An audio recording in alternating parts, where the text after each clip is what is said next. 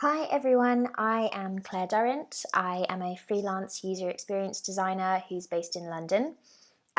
This is the presentation that I gave at UX Camp Brighton on Saturday the 9th of March, so a couple of days ago, entitled Personas Suck, or more officially, Personas and Why They're Dangerous and How to Fix Them. So as you can see from my opening slide, this is an exploration of the harm personas can cause, from stereotyping and lazy teams to the fallacy of an average person and the practical changes we can make to mitigate this. Feel free to contact me. My Twitter handle is on the bottom left of your screen there. If you have any questions, any comments, any feedback, and also my website's there as well if you want to have a look at that. So I'm going to start this by saying that I don't actually much like personas. So perhaps I'm biased, but I'm going to tell you why I don't much like personas, and then you can make up your minds about whether or not I am an idiot. So I think that personas have three main issues. First, they make teams lazy. Secondly, they make teams generalize. And third, they make things up. Part of my role in a previous contract was to create a UX wiki which teaches an organisation of keen but inexperienced in UX employees about all the wonderful reasons why UX is great, how understanding your users is paramount for success, and how the creation of personas is key to that. Unfortunately, I don't much believe in the last bit. I do think that the idea of personas is an extremely noble one. You create a series of make-believe people who are representative of your general user base, people your team can understand, they can relate to, they can talk about as if they're real individuals that we're solving problems for. And these personas live within the team as the poster embodiment of the user. So as the Nielsen-Norman group says of personas, it's very important to have a quote at the beginning of your presentation. When based on user research, personas support user-centered design throughout a project's life cycle by making characteristics of key user segments more salient. But the way it usually goes is like this. So you start working on a new team or a new project or a new product or service, and you say, right, well, of course, one of the things that we want is some personas, and that way we can really understand and relate to our users. And, as you're designing with the users in mind, everyone thinks that this is a great idea. So you go and do some research with real users. You might do quantitative research where you learn about your audience demographic and use sophisticated analysis to group the people you speak to into demographically similar quadrants: young dads, tech-savvy teenagers, the retired rich, alliteration is of course very important, and you might combine this with qualitative research to identify which of these groups are your target market. You might not have the luxury of large-scale quant research, and instead you rely on a number of qualitative research interviews to get an idea of patterns and trends in what people are saying, basing your personas mainly on job roles or maybe on attitudes. Either way, you end up with somewhere between 3 and hopefully no more than 8 identifiable user groups that you decide to make into personas. So you create a nice template where you can put in what you've learned about them so far. That's an aggregate of the average answers to questions in this group.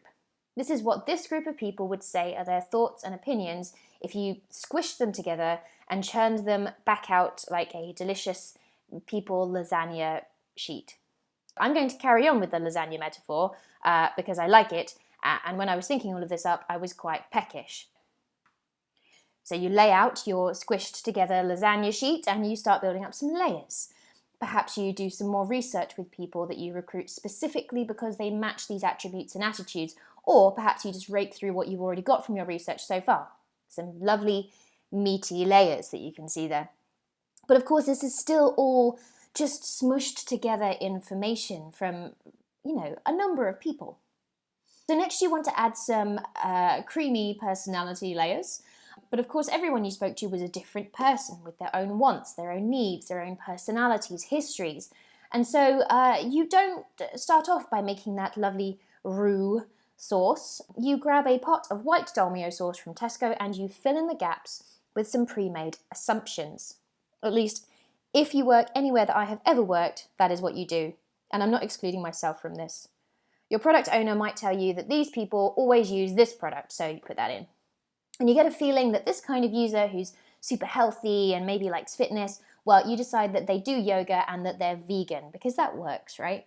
So it all makes them feel very real. So yeah, let's throw that in. You create a narrative for this fully rounded person out of pre-made stuff. And suddenly you have a day in the life walkthrough of each person. Finally, of course, you sprinkle some cheese on top to make it really appealing. So that's tidying up your templates, making them look beautiful, super swish. Loads of work goes into this, so God forbid you're going to have to edit this later on. Finally, you sprinkle some cheese on top to make it really appealing.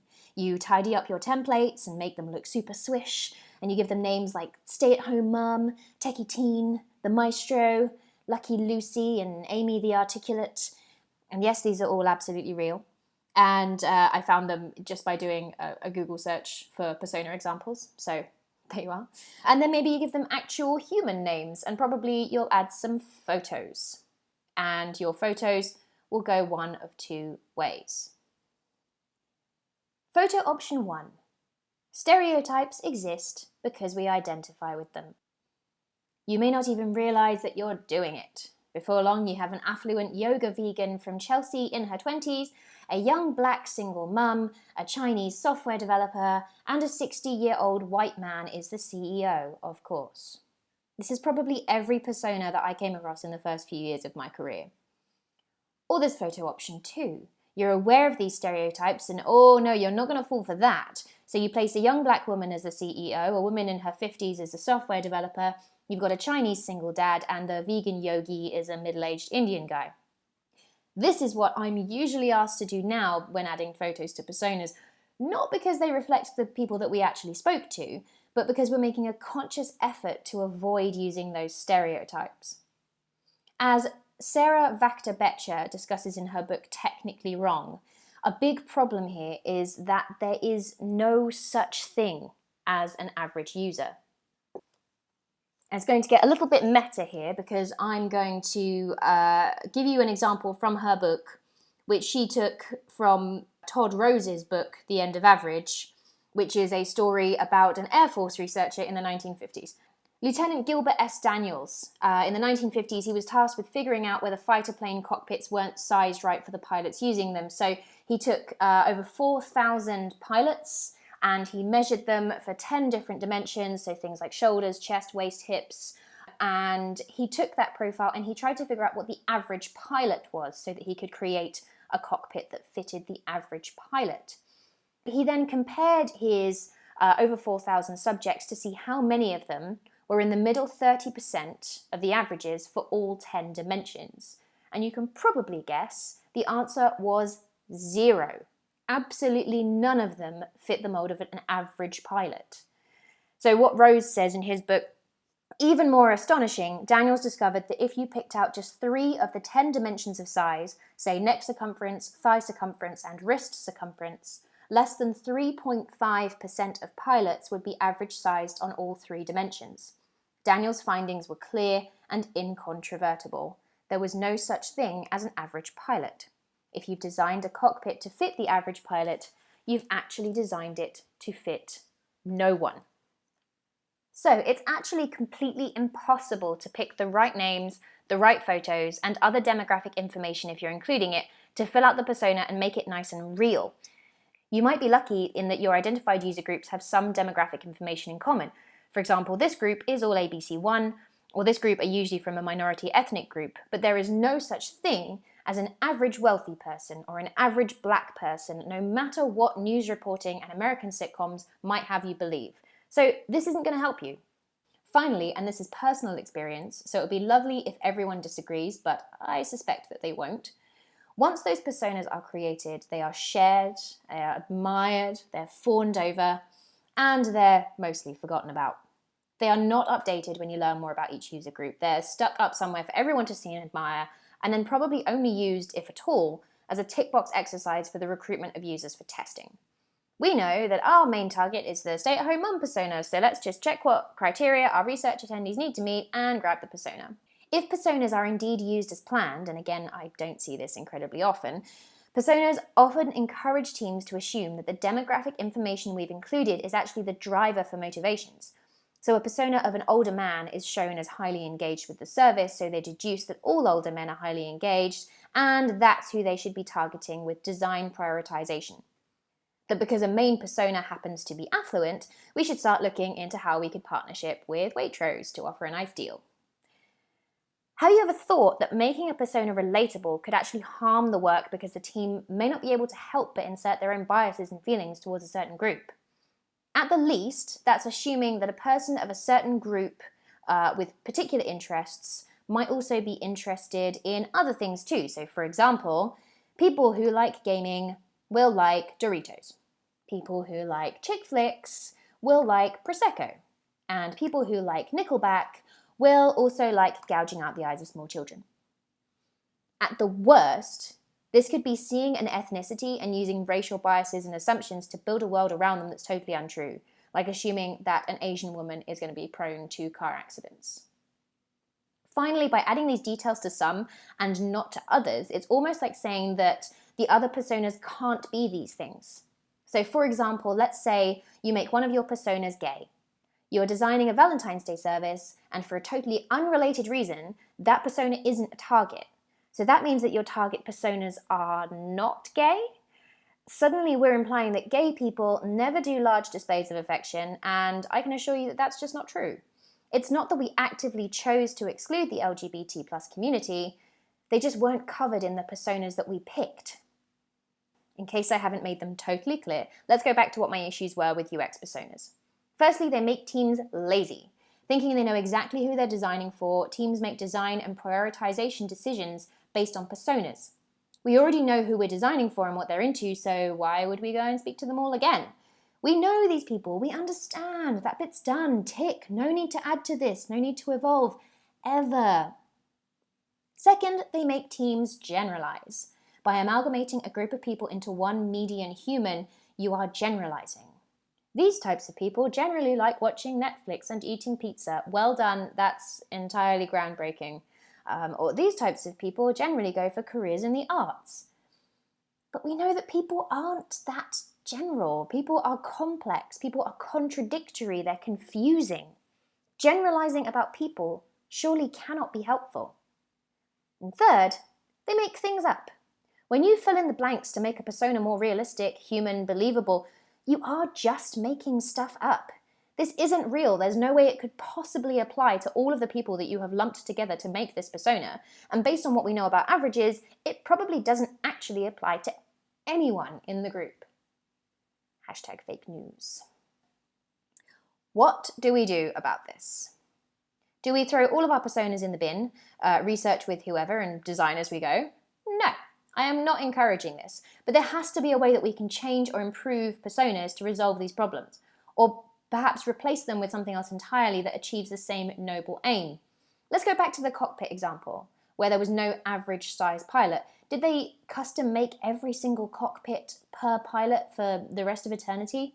No. Did they bin the idea of flying altogether? Absolutely not. They just made cockpits adjustable. Just like the seats and mirrors in your car, the strap on your bike helmet, things that we're so used to nowadays, they decided to make these things personalizable by the user to meet their exact needs. So why not do this with our designs instead of basing those on averaged out people? Well, first, let's focus on the attitudes, wants, and beliefs and needs that you hear in your research instead of the type of person who said them. If you are really wedded to keeping your personas, strip out all of what I will affectionately call the bullshit. Remove stock photos, remove any demographic stuff that won't truly impact the functionality and design and doesn't represent every person in that group. Remove anything that you have added for fluff, anything to make it more real, to make it more relatable, because as we've seen, unless your team is perfect, totally open-minded and impervious to bias, it actually hurts matters when you use this information, when teams attach their presumptions to persona characteristics that you've simply added for flavor. Say these people who are likely to use our product this much tend to think this, do this, say this, have this. All of this information should come from research, and it should cover a good spectrum of what that group of people's attitudes and behaviors are. If you're not wedded to personas, fantastic, bin them. Use the pure attitudes and behaviours to influence your design. Congratulations, without personas, you don't have posters or documents that you're supposed to keep up to date, whether or not you actually were doing that. Understand the spectrum of attitudes coming from your users and using what you can find out about loyalty, likelihood to buy, etc. There's plenty of metrics to measure these things. Consider which of these are most important based on who you want to encourage to use your product. You may already be affinity mapping with your research insights. You can use this technique to group these outputs if you have an unmanageable number of different ones that belong to your target users. As a side note, ideally you would, of course, care about everyone's attitudes and behaviours. But unless you work somewhere universal like government, you are more likely to be interested in the ones that are going to spend money on your service. So once you've done these things, consider the extremes that these people might be pushed to. These situations are not edge cases. They are not rare things that you shouldn't really worry about because everyone will be happy and behave how you want. They are stress cases. They are customer scenarios where your design will be put to the test. So you can do this by cross-referencing your groups of attitudes and behaviours with Plutchik's wheel of emotions. This is something that I was introduced to when I very first started out in design. Plutchik, professor and psychotherapist specialising in the study of emotions. He hypothesised that there are 8 primary emotions: anger, fear, sadness, disgust, surprise, anticipation, trust, and joy, and that these have lesser and stronger versions. So let's have a look at some attitudes, behaviours, and goals that I heard from users when researching what to put into personas on a recent project. Wants to quickly understand the compliance status of projects in his centre. Okay, so let's take that as a need and apply it to an emotion. Let's say that he is apprehensive coming to this tool because he thinks that his audit might fail. So what can we do to put his mind at ease? We have someone who prefers to just get stuck in and try something. Let me figure it out for myself and I will ask you if I need help. Again, let's just pick something that this person could be feeling when they come to the tool.